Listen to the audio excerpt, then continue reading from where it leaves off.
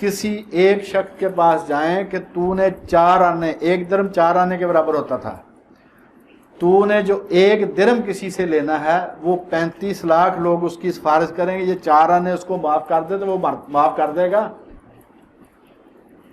تو فرشتے کہیں گے یا اللہ اس کے اتنے لوگ لے جانے کی ضرورت کیا، وہ اکیلا بھی جا کے گیا وہ معاف کر دے گا۔ تو اللہ تعالیٰ فرماتا ہے کہ گواہ رہو ان سب کے گناہ معاف کرنا میرے لیے وہ درم معاف کرنے سے بھی زیادہ آسان ہے۔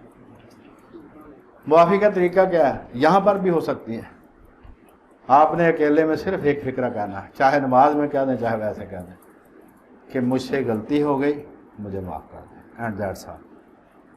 وہ سارے پچھلے گناہ معاف، ان کی جگہ جتنے وزن کے گناہ تھے وہ ساری اللہ پاک نیکیوں میں بدل دے گی۔ سمجھ آئی نا؟ رحمت یہ چاہتی ہے کہ اپنی زبان سے کہہ دے گناہ گار کے تکثیر ہو گئی، اپنی زبان سے وہ اعتراف کرے کہ جناب مجھ سے غلطی ہو گئی مجھے معاف کرو۔ تو وہاں پر نکلتے وقت اگر کسی کے ذہن میں یہ آ گیا کہ پتہ نہیں میرا حج قبول ہوا کہ نہیں، تو حضرت امام فرماتے ہیں کہ اس کی زندگی کے سب گناہوں سے بڑا گناہ یہ تھا، لہذا وہاں سے پوری تسلی سے جانا ہے کہ مجھے معاف کر دیا گیا، آئندہ محتاط رہنا۔ مزدلفہ کہتے ہیں قریب ہونے کو۔ اب دربار کا باہر والا دروازہ کھلا ہے، عرفات سے وہ مزدلفہ کی طرف چلا، باہر والا دروازہ کھلا ہے تو اس کو اپنے تھوڑا قریب ہونے کی اجازت دے دی، یعنی دربار کے اندر بلا لیا۔ وہاں پر جا کے مغرب عشاء پڑھنی ہے۔ اس رات رسول اللہ نے تہجد بھی نہیں پڑھی۔ یہ 2 عیدیں جو ہیں، اس رات رسول اللہ ساری رات سوئے ہیں، آپ نے کوئی عبادت نہیں کی، تہجد بھی نہیں پڑھی اس رات، دونوں عیدوں کی رات۔ تو جناب وہاں پر مطمئن ہو کے سونا ہے، کوئی تہجد نہیں پڑھنی کہ مجھے میرے خدا نے معاف کر دیا ہے۔ مزدلفہ قریب کر لیا۔ اب آگے صبح ہو گئی تو وہاں پر جو مسجد مشعر حرام ہے، وہاں پر مسجد بنی ہوئی، اس کا نام ہی مشعر حرام ہے۔ وہاں اندر جا کے یا باہر اس کے پاس کھڑے ہو کے تکبیریں کہنی صبح کو، سورج نکلنے کے بعد وہاں سے روانہ ہونا ہے، مینا میں جا کے اپنا سامان رکھنا ہے اور سیدھے چلا جانا جمرات پر۔ جمرات کا میں نے آپ کو بتا دیا کہ اپنے آپ کو، اپنے خاندان، قبیلہ اور حکومت، تینوں سے برات کا اظہار کہ میں اے اللہ تیرے مقابلے میں کوئی نافرمانی نہیں کروں گا، ان کی مان کر، اپنے آپ کی یا اپنے خاندان یا حکومت۔ جب وہ کینکریاں مار لی، اب اس نے کرنی ہے قربانی۔ اب وہ نزدیک ہوتا جا رہا ہے، دربار کے جو تخت ہے اس کے نزدیک ہوتا جا رہا ہے۔ وہ قربانی کا کیا مطلب ہے کہ جب بادشاہ کے دربار میں لوگ آتے تھے تو یہ بایاں گھٹنا زمین پر لگاتے تھے، دایاں گھٹنا کھڑا کر کے اس ہاتھ پر رکھ کے تو سونے کا روپیہ وہ بادشاہ کو نظر پیش کرتے تھے۔ تو بادشاہ اس کو کچھ نہیں کرتا تھا، وہ لیتا نہیں تھا اس کو، وہ اس پر صرف ہاتھ لگا دیتا تھا۔ ہاتھ لگانے کا مطلب یہ کہ یہ نظر قبول ہو گئی، جس کے بعد ہاتھ نہیں لگا اس کا مطلب قبول نہیں ہوئی۔ اس کی جب چونکہ بادشاہ کے تخت کے نزدیک جانا ہے، بادشاہ سے ملاقات کرنی ہے، لہذا فرمایا کہ نظر پیش کرو۔ نظر کیا ہے؟ قربانی، جو کو دے سکے۔ تو جب وہ نظر پیش کی تو اس کے بارے میں قرآن مجید میں کیا فرمایا؟ ان قربانیوں کا نہ میرے پاس خون پہنچتا ہے نہ گوشت پہنچتا ہے، صرف خلوص دل پہنچتا ہے میرے پاس، تقویٰ پہنچتا ہے۔ جس نیت سے تم کرتے ہو وہ نیت میرے پاس آتی ہے، کیونکہ بادشاہ کو روپیہ خرچ نہیں کرتے تھے، ان کو ضرورت نہیں ہے، اس 1 روپیہ سے اس نے کیا بنانا ہے، اس کے تو خزانے بھرے ہوئے ہیں۔ تو اس نے دربار کے چونکہ پاس جانا ہے تو نظر پیش کی، تو بادشاہ نے وہ نظر قبول فرما لی۔ جب وہ قبول ہو گئی قربانی، تو اب قربانی کے بعد کیا ہے؟ ٹینڈ کروانی ہے۔ تو ٹینڈ کیا ہے؟ پرانے دور میں جب کسی کو غلام بناتے تھے تو اس کے کان چھید کر اس میں مندریں ڈال دیتے تھے۔ جب اس کو غلامی سے آزاد کرتے تھے تو مندریں اتار کر اس کی ٹینڈ کروا دیتے۔ اس کا مطلب یہ تھا کہ آپ اس کو آزاد کر دیا اس کے مالک نے۔ تو ٹینڈ کروانے کا مطلب یہ ہے کہ میرا حج بھی قبول ہے، میری قربانی بھی قبول ہے، میری کینکریوں پر جو میں نے وعدہ کیا تھا وہ بھی قبول ہے، اب خدا نے مجھے دوزخ سے آزاد کر دیا ہے۔ کہا خود ہی میری طرف سے تمہیں اجازت ہے کہ اب ٹینڈ کروا لو، لوگوں میں اعلان کر دو کہ مجھے دوزخ سے آزادی مل گئی ہے۔ اب اس کے بعد وہ اس کے نظر پیش کر دی، اب تخت کے اور قریب ہو گیا، طواف زیارت۔ طواف زیارت کیا ہے کہ اس نے جا کے وہ 7 چکر لگائے، اور چکر لگانے سے شروع کرنے سے پہلے اگر ہو سکے تو حجر اسود پر ہاتھ رکھنا ہے، اس پر سجدہ کرنا ہے اور اس کو چومنا ہے۔ ہاتھ رکھنے کا مطلب بیعت کی اللہ سے۔ بیعت کیا ہے؟ بک جانا، کسی کے ہاتھ میں بک جانا کہ میں تیرا غلام ہوں، چاہے مجھے رکھ چاہے مجھے بیچ، جو تیری مرضی ہو میں اس کے مطابق چلوں گا۔ بیعت کہ آج کے بعد تیری نافرمانی نہیں کروں گا۔ سجدہ یہ عبادت کی علامت ہے، اور چومنا محبت کی علامت ہے۔ اگر کوئی کر سکے تو یہ 3 کام کر کے طواف شروع کرے، نہیں تو دور سے ہاتھ اوپر کرنے کی ضرورت نہیں ہے، یہ سینہ اس کی طرف سیدھا کر کے ایسے کھڑا ہو کے اللہ اکبر، بس۔ باقی جو چومنا ہے ہاتھ ایسے کر کے، وہ صرف وہ چیز چومنی ہے جو حجر اسود کو ٹچ کر جائے۔ رسول کریم علیہ السلام نے طواف زیارت اونٹنی پر سوار ہو کر فرمایا تھا، اور آپ کا احرام بھی سبز تھا۔ ہم آج کل سفید عام طور پر یہ بھی ٹھیک ہے، لیکن حضور کا سبز تھا۔ آپ چھڑی لگاتے تھے حجر اسود کو، اور چھڑی کو چوم لیتے تھے۔ اس کا مطلب یہ ہے کہ جو چیز حجر اسود کو ٹچ کر جائے وہ چوم آپ سکتے ہیں، چاہے کسی اور نے اس کو ہاتھ لگا تو آپ اس کا ہاتھ چوم لیں، یہ بھی اس کو چومنے کے قائم مقام ہو جائے۔ 7 چکر، 7 چکر لگانے ہیں، وہی 7 صفحات اللہ کے ذہن میں لا کر۔ صفا پھر حضرت مقام ابراہیم کے پیچھے جہاں پر سیدنا ابراہیم علیہ السلام کے قدموں کے نشان ہیں، اس کی بالکل سیدھ میں یا اس کے بالکل قریب جہاں جگہ ملے 2 رکعتیں پڑھنی ہیں کہ میں نے ابراہیم علیہ السلام کو اپنا امام تسلیم کر لیا۔ جس طرح انہوں نے اللہ کے دین کے لیے بہت ساری مشکلیں دیکھیں یا قربانیاں دیں، میں بھی ساری زندگی دین کی خاطر کوئی قربانی دینے سے دریغ نہیں کروں گا، میں نے ان کو اپنا امام تسلیم کر لیا۔ اس کے بعد صفا مروہ کر لی۔ اب آ گئے آخری کام ملتزم کی طرف۔ ملتزم کیا ہے؟ حجر اسود اور دروازہ جو کعبہ کا ہے اس کے بیچ میں 4 فٹ یا 4.5 فٹ جگہ ہے، اور جتنے بھی 3-4 لاکھ آدمی ہیں ان سب کی کوشش ہوتی ہے وہاں پر چمڑنے کی، اور اللہ سب کو موقع دیتا ہے۔ عرفات سے شروع ہوا تھا، گناہوں کی معافی مانگی، اعتراف کیا اپنا کہ جناب مجھ سے غلطی ہو گئی، معاف کر دیا۔ مزدلفہ میں نزدیک کر لیا، کینکریاں ماری، نظر پیش کی یعنی قربانی کی، ٹینڈ کروا لی، طواف زیارت کر لیا۔ اب ملتزم پر کیا کیا؟ رسول اللہ نے اپنا سینہ پاک دیوار کے ساتھ لگایا، ہاتھ سے پھیلا لیے، کبھی یہ گال دیوار کے ساتھ لگاتے اور کبھی یہ گال دیوار کے ساتھ لگاتے۔ مطلب یہ جب معافی مل گئی، تخت کے قریب ہو گیا تو اب اس کو گلے لگا لیا۔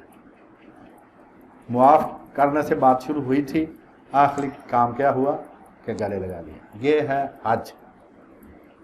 کرنا کیا ہے یہ سب کو پتہ ہے، سب بتاتے ہیں کیوں کرنا ہے، یہ ہمارے استاد محترم رحمۃ اللہ علیہ نے بتایا تھا، تو میں نے خدمت میں پیش کر دیا۔ اب آخری گزارش جو وہاں ہیں ان کے لیے بھی، اپنے لیے بھی، سب کے لیے کہ تو غنی از حد و عالم من فقیر۔ اے اللہ پاک تو سارے جہانوں سے غنی ہے، تجھے کسی چیز کی ضرورت نہیں۔ روز محشر عذر ہے من پذیر، قیامت والے دن جب آپ کے حضور پیشی ہو تو میں جو بھی بہانے بناؤں وہ قبول کر لینا۔ تو اگر بینی حسابم ناگزیر، لیکن اگر تو نے دیکھا کہ بھئی اس کا حساب لینا ضروری ہے، از نگاہ مصطفیٰ پنہاں بغیر، تو رسول اللہ سے پردہ کرنا مجھے ان سے بہت زیادہ شرم آئے گی۔ وما علینا الا البلاغ۔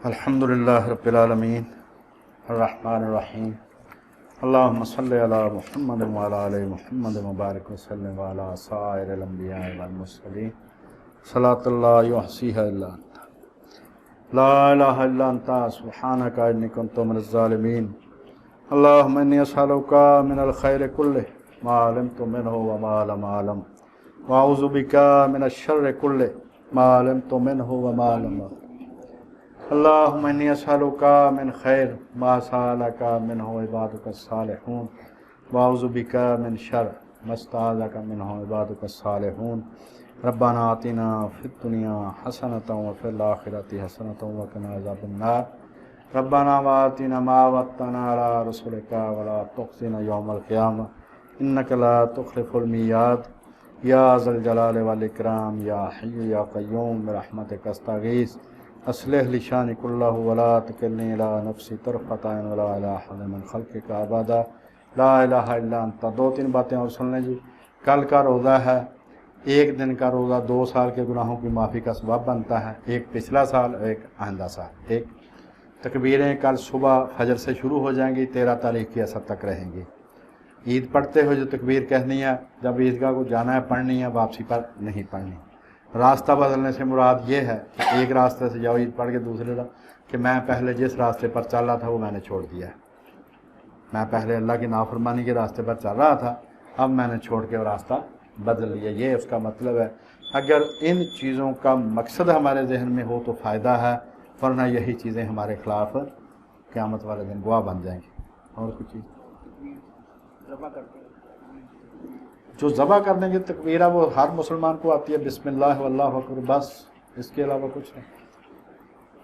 سبحان ربک رب العزت عما یصفون وسلام علی المرسلین والحمد للہ۔